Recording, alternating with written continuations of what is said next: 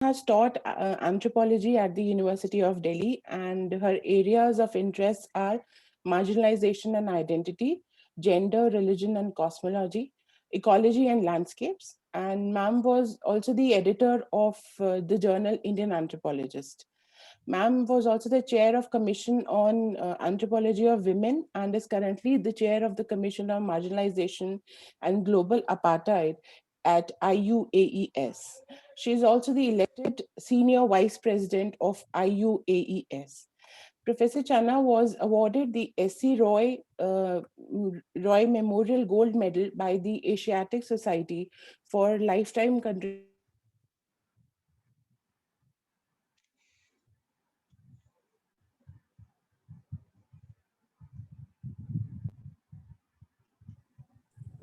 anthropology and I You think aren't audible, Gunjan. You aren't audible. You're not edible. We can't hear you. Gunjan. Maybe some lecture network and issue, ma'am. also put your video off, and you can post Okay. your questions in the chat box at the end of the lecture because it might disturb the speaker in between. So I just request, and we have 45 minutes lecture by ma'am, and then we have half an hour of discussion, and I would just request you to put yourself on mute. That's all. Thank you. I hand it over to you, Professor Channa ma'am. Thank you, ma'am. Thank you. Thank you, Dr. Thank you, Gunjan. Thank you, Sunita. Thank you for inviting me. And since I'm speaking for Women's Day, I thought I should be an appropriate topic would be that although, in my opinion, and as we are gaining more knowledge, both scientific and social, about society, it seems that women are, as of today and in the past, had been the bedrock of society. Human societies have evolved, I maybe not exaggerating to say that only because of women, but women have played a critical role in the evolution of human beings, in the socio-biological evolution of human beings to be what we are today, and especially in society, human society, being human. So there is a lot to do with being a woman. And but this is a factual aspect which has been totally, you can say, mystified and concealed, because for several centuries, especially, you see, when we talk of gender relations or when we talk of women's position in society, things have not really been static, or it is not a linear evolution. Whether it is Europe or it is India or it is any part of the world, situations change. We would expect that there would have been a linear evolution, that things go for betterment, as you can say, when science or rationality became an important aspect of social evolution. Most of you have probably attended my classes, and when we are talking of classical evolutionary theory, we always begin from the European Renaissance period, the beginnings of rationality or the beginnings of positivistic theory, the beginnings of scientific methodology. And one would have thought that with all those very, you can say, optimistic beginnings, when we came out from the so-called dark ages, and we entered into an age of rationality, of scientific thinking, and also of a society that at that time was beginning to be founded on philosophical concepts of equality, egalitarianism, liberty. And yet, very paradoxically, we find that it was this production of knowledge which, because of the the then, I can say the then power structure of society was almost completely in male hands. But it wasn't like that. If you go even further into European history, because we know very little of history of other places because of the lack of documentation, but certainly we find that there have been phases in different parts of the world. For example, before the European Renaissance, you had the Islamic civilization that was dominating the production of knowledge. And with whatever literature or whatever material is accessible to us, we do find that the women were not complete. I mean, there was a completely different kind of a gender equation then as it is now in Islamic societies. Similarly, in Europe, for example, if you look into writings about the Orthodox Christianity, in Orthodox Christianity, women played a very significant role in religion, in church, because that was more or less a theological society at that time. And anybody who had power within the church had power in society too, and also in the production of knowledge and decision making. And women played a critical, very important role in those times. That was before the Renaissance. And but with the rise of Protestant movement, which was a reformative movement, which was supposedly a reformative movement, but that really uh, marginalized the women and thrown them out of the church. It was like the society was evolving the ideology of male superiority to the extent that the presence of women was seen as something that was backward. And this was then further justified in the Renaissance period, as we all know, with the equating women with nature, man with culture, man with reason. I mean, we have all been taught that, at least by me. So the whole point is that it isn't that women, were always in an inferior stage. No, they were sometimes inferior, sometimes superior. The farther back we go sometimes, and I will just talk about it, perhaps things weren't as bad. Perhaps things went up and down. There were different things, but certainly about the Christian church, I know this for sure that Orthodox Christianity did give a lot more space to women than it was later reformative Christianity, especially Protestant church. And within the Catholic Church also, slowly the power of the women functionaries was becoming marginalized, because in the medieval period, the nunneries, the convents, they were controlled by women of power. They were the royal women. Mostly the women who went into the nunneries were the sisters and daughters of kings and royal families who did not want to marry, because by marriage they would give up their power. So they went and became nuns, and they controlled, political power and economic and social and political power through the church. But all that went away. By 16th and 17th century, we find there is actually definitely a downward curve. And that is also the time when science becomes science as we know it. Western science, the scientific methodology based on positivism, rationality, the science, everything. Creating a hypothesis using the most rigid, strict, factual methods, positivism, as we understand, as it was understood that days.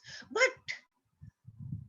because all the persons who controlled knowledge production were male at that time,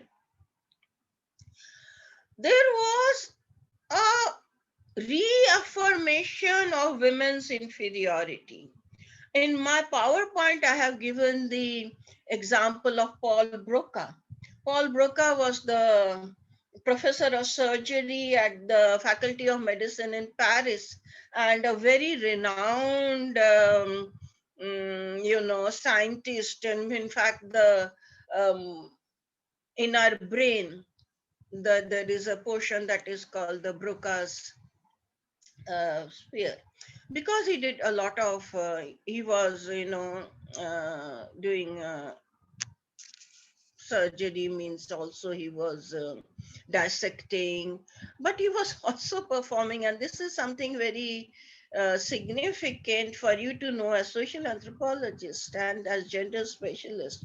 He had at his disposal a lot of slave women at that time, women of black women, whom he kept in his backyard, and he used to perform surgeries on them. I mean, just in for giving them shelter and food. These were the destitute women, and he experimented on them. But what is very important is that not only he, I mean, I'm giving you one example, but whole of medical science, as it developed in the 16th century, was totally, they were proving the inferiority of women. What they were actually trying to say was that all this time we knew that women were inferior, but that knowledge had not been proven. But they were using all these tools of scientific technology, measurements, dissections, all that was at their disposal at that time to prove that women were inferior. Now, Broca uh, measured numerous skulls, and with using, as he says, the extreme scientific procedure to show that women's skulls were inferior, shorter, smaller. And therefore, they concluded that women's intelligence was also less. I mean, a conclusive proof that women had less intelligence because their brain size was smaller. Obviously, nobody told him, and he never tried to correlate the brain size to the size of the body. So obviously more women are smaller in size than men. So obviously proportionately their brain size was smaller, their heads were smaller. But that had nothing to do with their intelligence, but then it was a proven fact. So it was, to the extent that although women were more literate, when I say that during the Orthodox, women had a lot of knowledge, they were writers, they were scholars, but by the 16th and 17th century, medical science came up with theories and hypotheses which actually kind of advocated that women should not be studying. They should not be scholars. They should certainly not be doctors, medical doctors. And this is, so many of you, I'm sure Sunita, because she's a medical anthropologist, would know that around that time there was a total medical effort to throw women out of the process of childbirth. All women specialists, midwives and others, were shown to be absolutely inefficient as far as dealing with childbirth, which they had been doing for centuries. And it was advocated that because all doctors were males, so it was the male gynecologist who was the final or the authoritarian figure in conducting childbirth. So women were actually ousted from the most intimate and the most feminine aspects of their body. You see, this was a male dominance, a complete male dominance over femininity at the point at which it mattered most, the womb, the process of childbirth. And this was considered a male prerogative. It was a man who could deliver a child, not a woman. She could not assist. They were not qualified enough. So this, of course, has been later much um, criticized, but only very presently, very recently, because the male dominance in gynecology went on from the 16th, 17th, 18th, 19th, 20th, and to a very large extent, at least in the Western world, even in the 21st century. In the non-Western world, especially in South Asia and the Islamic world, it was because of women's norms of modesty that the men have been ousted from this field and women have taken over as medical science. And it is also interesting for all of us to know, which I don't know whether you know it or not, you must be knowing, that women became doctors in India in the late 19th century. Kadambini Ganguly was the first woman doctor in late around 1850 or something, specifically because at that time, obviously there were only male gynecologists, and Orthodox Muslim or Hindu families would not allow a male gynecologist into the birthing room. And then women died off without medical attention. I mean, of course, the midwife did whatever she could, and some of them were very efficient.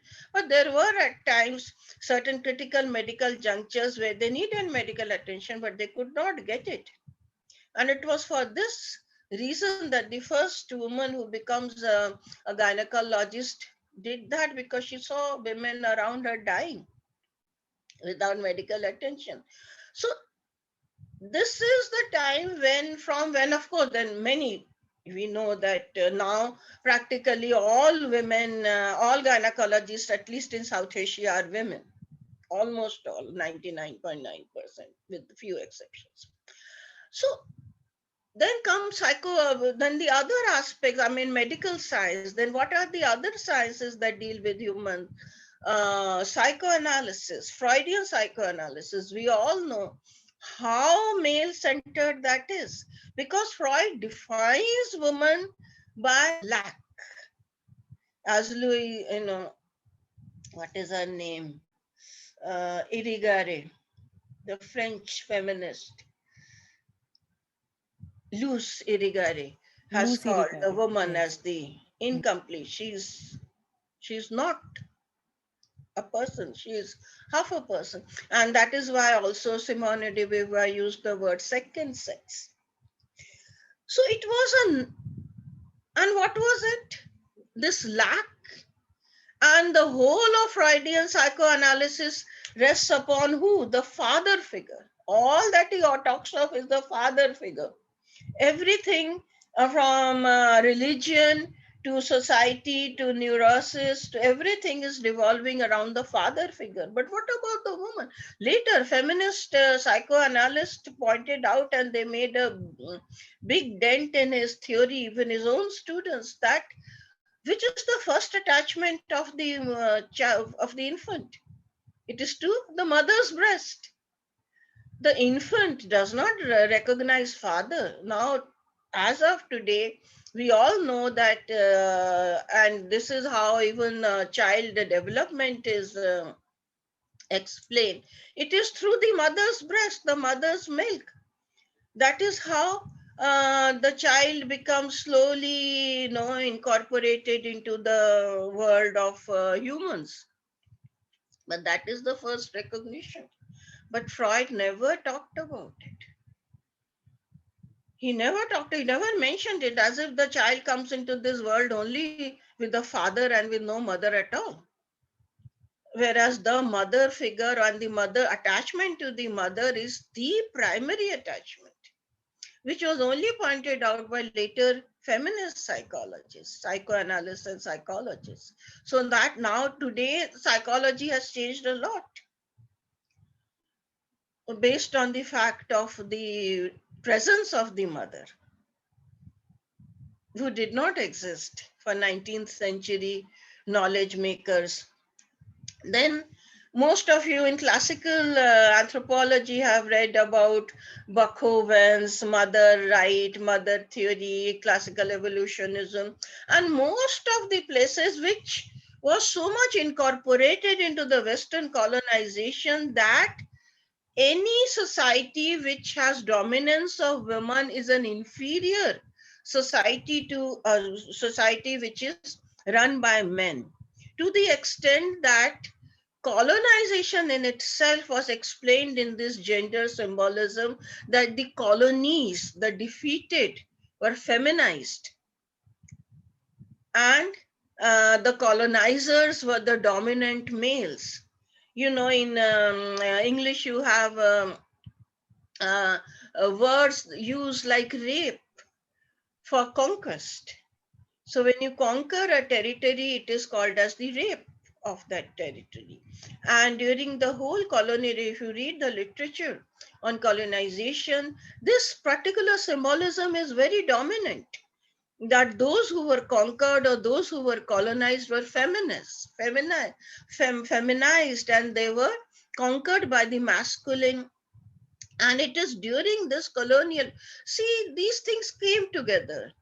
Colonization, the development of Western science, industrialization, capitalism, and so there is a kind of, you can say, a confluence of basic philosophies. And the basic philosophy of capitalism, of science, of colonization is all about aggression. It is all about exploitation, colonization, and therefore, obviously, the male aggression, masculinity, the macho qualities, they were eulogized, they were blown up, they were shown as the superior qualities that one must have. And of course, there were myths. And again, I have mentioned the myth of man the hunter in my PowerPoint. I have not mentioned all that I'm talking about. I have mentioned only some things. Man the hunter. And we all know that in 1966, when this conference was held, in Chicago, called Man the Hunter, the conclusion of this conference was, which was based on actual ethnographic data on hunting and food gathering, foraging societies, was that it is not man the hunter, but it is woman, the gatherer, who provides the basic and the most important subsistence for survival of society. In other words, survival of the human species is dependent on feminine labor, feminine work, not on man's work. That was true then, it is true today. As of now, we know that in every society, no matter how modern it is, basic primary subsistence, nurturance, and care is provided by women. That is the stereotype, and that is also normative. During COVID also, I mean, I'm not going to go into that, it is another this thing, but this came out very starkly. For example, I'll just give you one example. The data on in the pandemic shows that many women, because of the lockdown, because their schools were closed, because they had no help, domestic help, had to actually opt out of their work. Like doctors had to shut their clinics, lawyers had to, stop attending to their work. Many women either resigned or voluntarily, stepped down and took smaller, lesser hours of work because the children were at home and they needed care. They didn't have any caregivers. Nannies were absent, the servants were absent, all helpers were absent, the school wasn't there, the creche was closed. Every support system that society provides to a working woman was closed during the pandemic.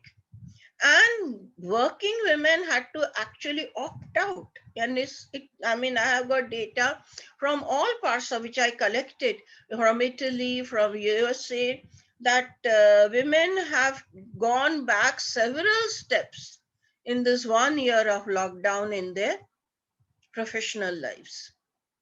And it is all because it is when push comes to shove, it is the mother who has to do it. The father has an option, the mother has no option. So it is from the earliest foraging stage of being human. But very importantly, and then again, we have the classical theory, which has been so criticized by the whole definition of what is society. Now, Levi Strauss gave one excellent, very popular theory of society being what? I'm almost feeling I'm in the classroom, so I'm going to ask this question. Society is based upon exchange. Fine. Durkheim also said that when he said that organic solidarity is based upon the division of labor. And division of labor is based, means that there is exchange. So complex societies come out of exchange because you have different people specializing in something. So Durkheim, fine. Levi Strauss goes one step further. He says primary exchange, that is because kinship is the most primary form of exchange. Therefore, what is exchanged to give rise to society are women. So you see, he makes women into an object for men to form society. That society is a relationship between men. If we say that society is a set of social relationships, a very basic Radcliffe Brownian definition, according to Levi Strauss, it is the relationship between men, but not between women. Women facilitate the relationship between men. They are the objects that circulate so that society would be formed. Now let us see the other side of it. The criticism, and a criticism that is now gaining further ground as we are, from biological point of view as well as from the social and cultural point of view. See, the more recent research in the development of the human brain that I was reading says that the human brain developed, and that way come to Broca's region. What differentiates humans from other species most distinctly? It is bipedalism, development of the vocal cord, power of speech, but nothing. We will not be able to walk, as we know that people who have brain impaired can neither walk nor talk nor do any of the things, although their other organs are in shape. They are fine. They are not being damaged. But if you damage the brain, nothing works. In other words, our entire species or our distinctiveness of the species is controlled by the distinctiveness of our brain as a species. And where it differs most from all other species is that part of the brain that controls speech or our ability to communicate.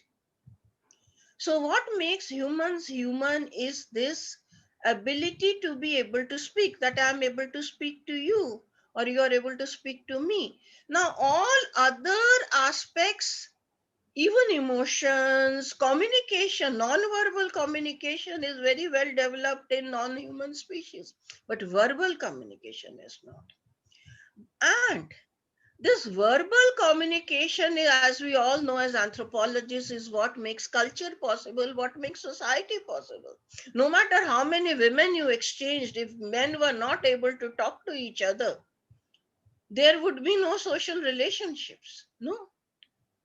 So social relationships are directly based upon our ability to speak, to communicate.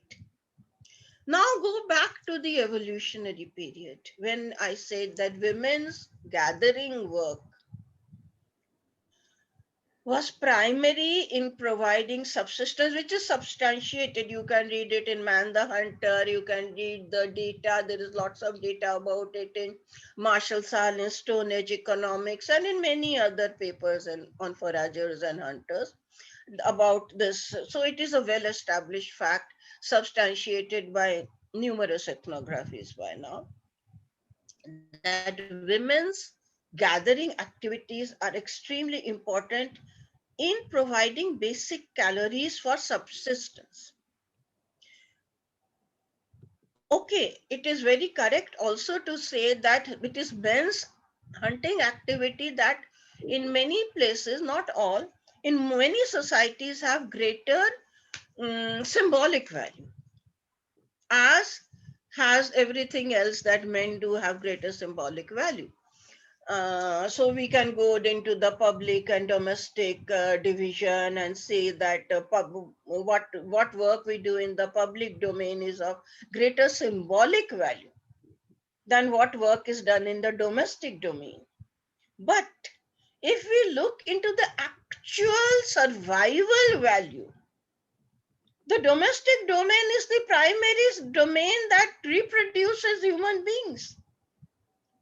If you didn't eat, if nobody fed you, if the mother didn't feed the infant and she doesn't, and later on the women did not feed and reproduce, the men and other, the whole family, what will you do in the public domain? Every man goes out and he works in the public domain. He does whatever, he makes a legislation, he's a dictator or what, but at home he has to eat. He needs care, he needs nurturance. And who does that? It is mostly the women in whatever form, relational, maybe whatever. So once we go back to that, we find that gathering activity, the taking care of infants. I don't know, most of us have worked in villages and in rural area. You see how strong is the cooperative bond between women?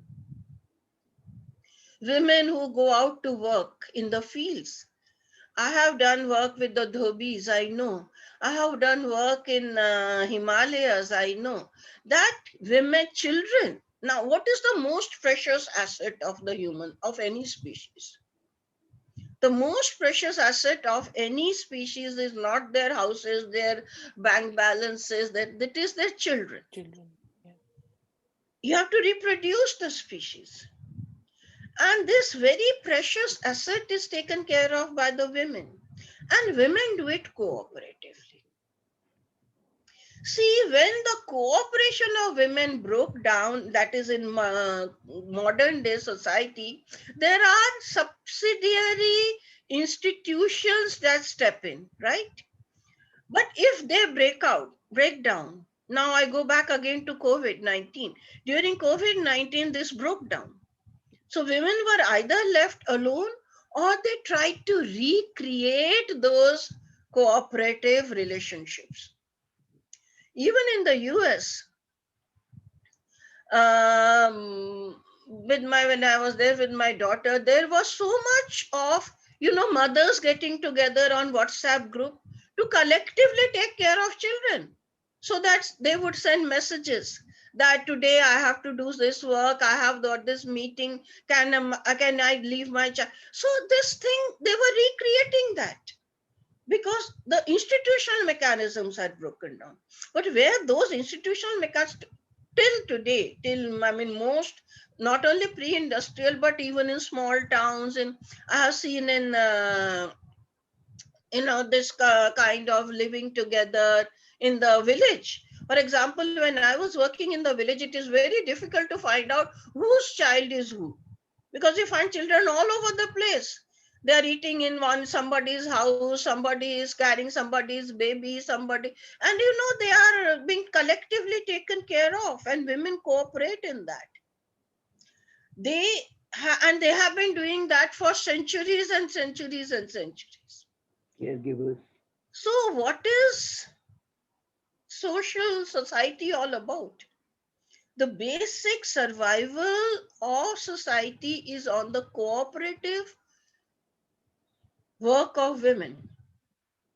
And this may not have been known or has been suppressed in capitalist modern societies, because in capitalist modern societies you were told that, oh no, all you need is a creche, or you have to just spend money and send your child to a creche or to a school or to a nursery or to whatever, and it will be taken care of.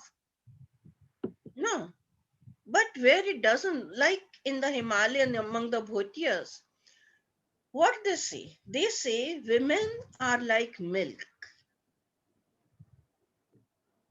because milk produces what we call as horizontal relationships, beginning from the siblings. So in all of us in kinship studies know that horizontal relationships are those that are in the same generation, that is sibling relations. And these are first, the basis of it, this is mother's milk. No, siblings are those who share the same mother's milk.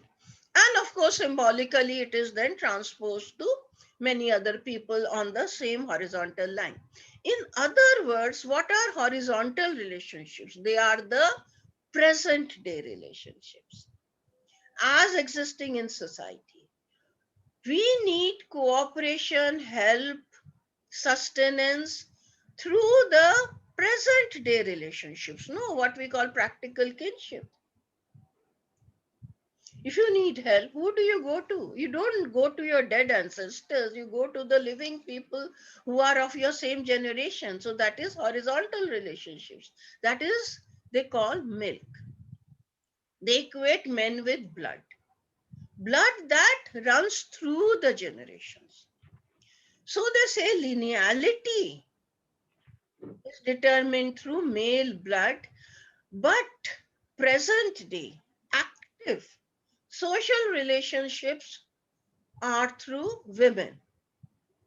So women are symbolized as milk and men as blood. I think that is one of the finest philosophies explaining gender relations that I have found. And I found it in a remote Himalayan village, that women are like milk and men are like blood. Milk, they mean, of course, mother's milk. So coming back to the development of the brain. So if communication is the key to the development of the human species, the ability to communicate and more and more. So what is important? Is cooperation important or aggression? You don't need to communicate to kill people. Well, that is what men are supposed to do. That is what men are associated with aggression. But you need communication for negotiations and for peacemaking. That is what women do. You know, amongst the Nagas who were warring clans till not very long time back, they had the institution of the Pukrela, the woman who was the mediator. So even in the war field, I mean, even in the battleground, when two clans are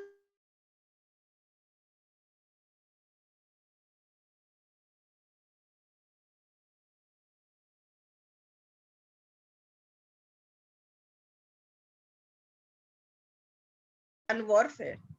So these women had diplomatic immunity. If you have read Naga ethnographies, classical ethnographies, you would know. They were called Pukrela. And they had the diplomatic immunity that they could not be killed. They could just jump into the battlefield and they could hold up the violence, and then they could negotiate. Even today, as you know, that in Nagaland and in Northeast, women play a predominant role as peacekeepers. The Naga mothers, for example, they are peacekeepers. So peacekeeping has always, again, classically been a woman's role. In the colonizing period when Western culture took over the world and established itself as superior. All these qualities of that being feminine were downgraded to the secondary characters. What was more prestigious? Fight. What was less prestigious? Be a woman and keep peace. During the wars, Second World War, First World War, it was all originated in the Western countries and involved the Western countries. As we know, the other countries were just drawn in inadvertently. They never originated or they never participated. This is a very much an integral part of evolution of that society. We don't know that can be done. But of course, aggression and warfare has been a part of human evolution throughout. When we see social evolution, there has been, every country has been going through this. So male aggression, because historically countries or clans or communities or tribes or fighting each other, was always put at a higher symbolic value. And this continued into modern day also. No, what people like to see in movies, fighting. What they like to see are strong men. They don't, and of course, very, very recently, with all the work that has been done by feminists, things are changing. Very recently, I would say in the past, maybe 1 decade. When gender models are changing, when social values are changing. And a lot of it also has to do with the fact that with all this premium on male aggression, exploitation, colonization, exploitation of nature, you see, they were also linked. I find it amazing how things are linked, because you began the scientific journey by equating men with reason, women with nature, with the domination of women, with the domination of nature. So how does capitalism, how does industrialization develop with the domination of nature? So what is feminine had to be dominated. But then when we come at the end of the 20th century, we suddenly realize that all this domination and exploitation didn't work. It worked very disastrously. When we come to the brink of an ecological disaster, you suddenly realize that exploitation and aggression is not the key to human survival. What is the key to human survival is nurturance and care. We should have cared for nature. We should have learned to live and cooperate with nature rather than try to dominate it. Just as women have always known how to cooperate. See, when we talk of gender equations or we talk of feminism, we are not talking of actual men and women. What we are talking of are these masculine philosophies and values and the feminine philosophies and values. Men can have them, women can have them. And it is at the level of society. When we say a society is patriarchal, a lot of time people tell me, oh, you talk of patriarchal society, but husbands are so scared of wives, and all those kind of particularistic things. These are particularistic, obviously. Husbands can be handpicked, so maybe a majority of husbands can be handpicked, but that does not make society feminist. Society remains patriarchal. Why does society remain patriarchal? Because still the norm is that the husband should dominate. We point it out. We don't point it out when the husband is dominating. It is taken as natural. So patriarchy means when male dominance is taken as natural, as the given order of things. Like during the pandemic, you must have seen during the lockdown, there were so many WhatsApp jokes about husbands doing household work, no? Nobody mentioned the woman doing household work. Well, that is what he's supposed to do all the time. That is natural. So society remains patriarchal. Doesn't matter if the husband is doing household work. Understand? So the values have not changed. The symbolic associations have not changed. The norms have not changed. Hmm. So coming to the very crux of this whole situation is slowly there is some realization, again not with majority of society, but somewhere in some feminist scholarship which can be accepted by both men and women, which came out very starkly during the pandemic, which is coming out with those who accept. Now if you are very patriarchal, you say there is no pandemic. You can be Donald Trump and say there is no COVID-19 because he believes in patriarchy, he believes in male supremacy. No. So you can deny it. But if you accept it, then there is a realization that what has been denigrated as feminine, being given the second sex position, is actually the bedrock of human society. It is actually what would keep the human species going. And this is what we need to revert to. What we need is care, nurturance, cooperation, and peace, all feminine qualities. Because that is how we logically evolved as a human species, irrespective of all the violence and aggression that we have gone through.